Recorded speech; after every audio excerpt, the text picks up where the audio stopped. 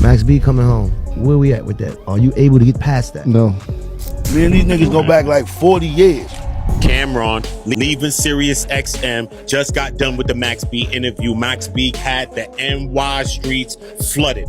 When you hear that you definitely didn't come home, what's the energy? Because I'm going to keep it 100. I got to talk to the governor in Jersey. Yeah, once I speak to the mayor in East Brunswick, I'm coming up. It was, like I said, you just got to switch the mindset. Max B is finally home after nearly 16 years behind bars. And the moment he stepped out, you could feel the temperature in the culture change instantly.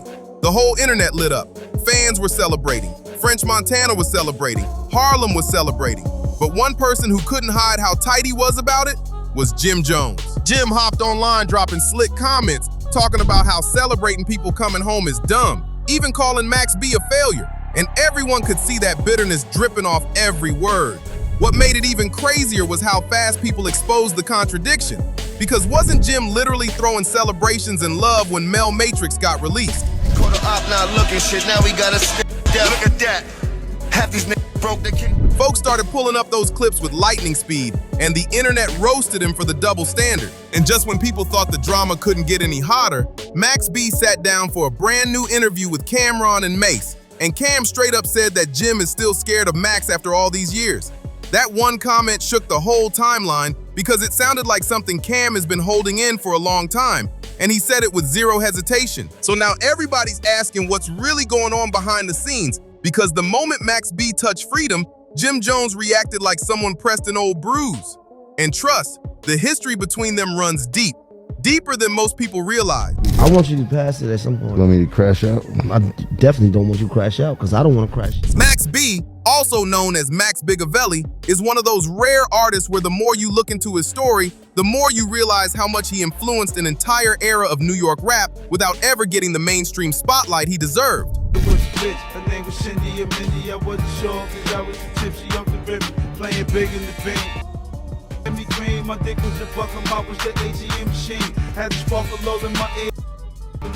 Nibble on the little nipples and blowing on the toe. His real name is Charlie Wingate, born and raised in Harlem. And when he came up in the early 2000s as part of Jim Jones's Bird Gang crew, it didn't take long for people to see he wasn't just another rapper sitting in the background. Max had that loose melodic sing rap style long before it became the blueprint for a whole generation.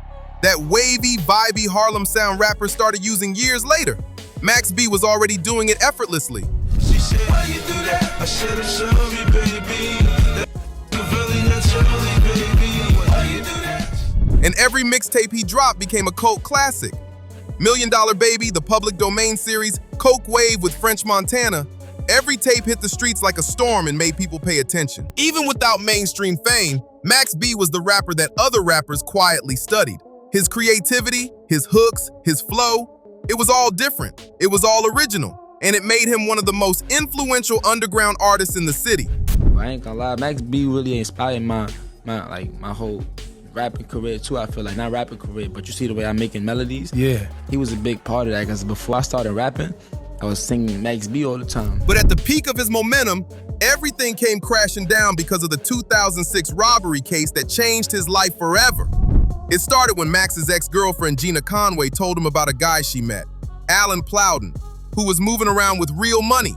Instead of avoiding the situation, Max got caught up thinking this would be an easy come-up. He sent his stepbrother Kelvin Levo to handle it, and Gina went with him. They showed up at Plowden's hotel room at the Holiday Inn in Fort Lee, and the situation got out of control instantly. Gina knocked, a woman named Giselle opened the door, and Kelvin pulled out the gun. Giselle got tied up, taped up, and they tore the room apart looking for money. When they couldn't find anything, they woke up Plowden and taped him too. Kelvin then forced Plowden to call his partner David Taylor to bring the money. But when Taylor walked in and saw what was happening, he started fighting Kelvin. The gun went off, and Taylor was fatally shot. That moment changed everything. One split second turned a robbery plan into a murder case. Gina grabbed a purse, Kelvin grabbed a watch and a few $100s, and they left. Minutes later, Plowden told the hotel staff what happened, and when cops stormed the room, he was trying to hide $30,000 in cash and ended up getting charged too. Within days, Gina was arrested and immediately told the whole story about Max and Kelvin's involvement. Max and Kelvin got arrested next and were hit with heavy charges. By 2009, the trial came, and both were convicted on 9 out of 11 charges, including felony murder. Max got 75 years, Kelvin got life plus 35, and Gina got 15. Max appealed in 2012, but the appeal was rejected, and it looked like his life was locked away forever. But in 2016, the case took a massive turn when it came out that his lawyer had a conflict of interest. Suddenly, everything shifted, and Max's original conviction was tossed. He took a plea for aggravated manslaughter, and his sentence dropped from 75 years to 20. After that, it was just a matter of time before he walked free. And now, he's home at last. Where his kids go? Where's daughter?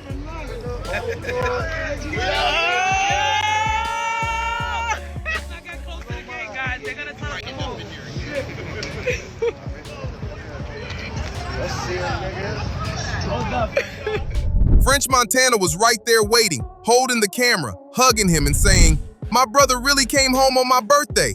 No more free Max. Max is home." That moment had the whole culture smiling. But while the fans were celebrating, Jim Jones was out here posting bitterness like he had a personal storm going on inside. And the deeper you look into their history, the more you understand why. When Max joined Bird Gang, he wasn't just part of the crew. He was writing hooks, helping build verses, adding melodies, shaping the sound. People still debate whether Max had a major hand in We Fly High, and a lot of people believe he did. But according to Max, he didn't get credit. He didn't get treated fairly. He didn't get paid properly.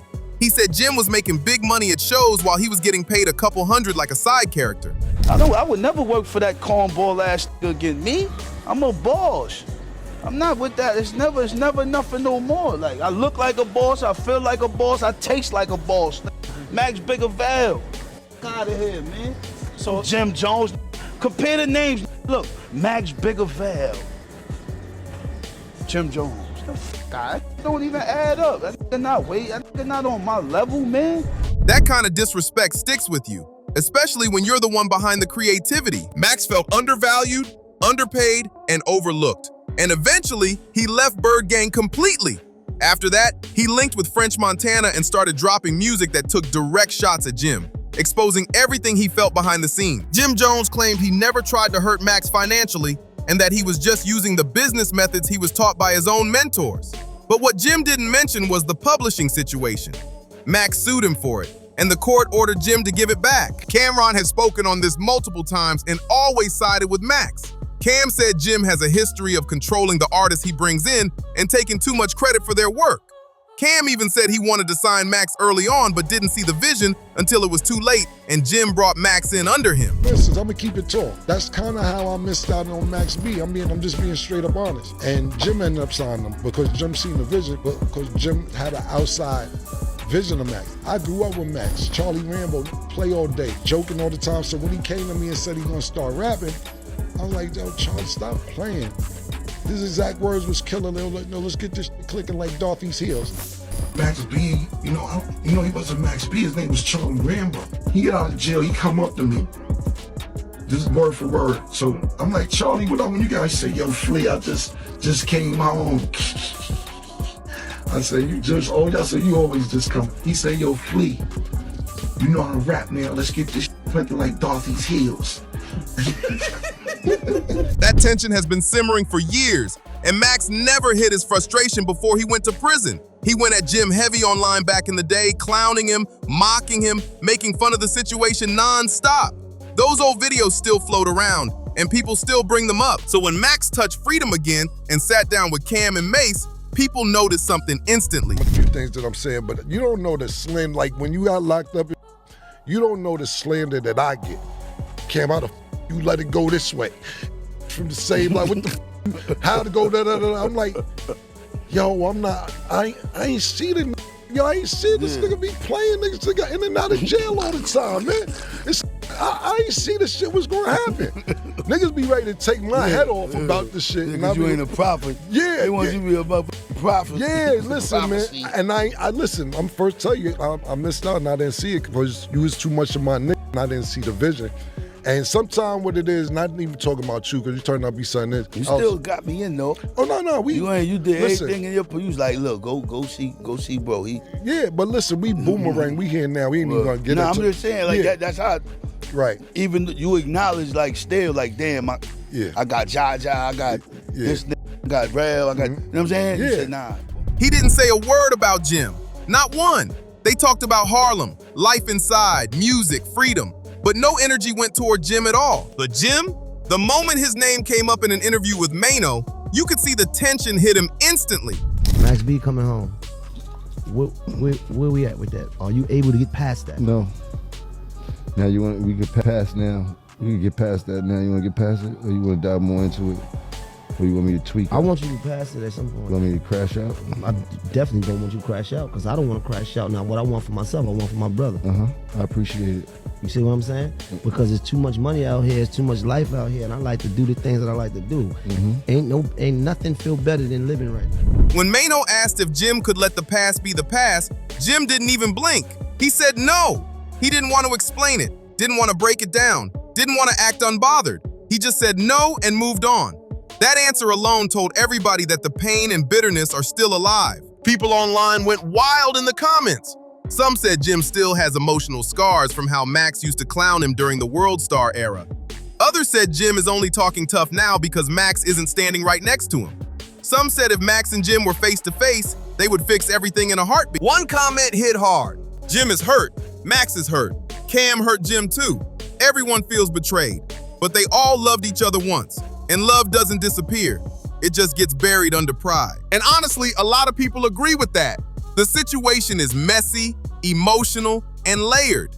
These men built history together, then watched it fall apart, then spent 16 years separated by prison walls and old grudges. Now Max is free and ready to rebuild his life. He seems focused, peaceful, and grateful to be home. Meanwhile, Jim is dealing with the emotional weight of everything that happened years ago. And Max being free brings all that old energy right back to the surface. So now the real question is simple. Can they fix this? Can two Harlem legends sit down, talk it out, and put the past behind them like grown men? Or is the damage too deep for things to ever go back to the way they were? Drop your thoughts in the comments and tell me what you think, because this story is far from finished. And don't go anywhere. The next jaw-dropping chapter in this saga is coming sooner than you think.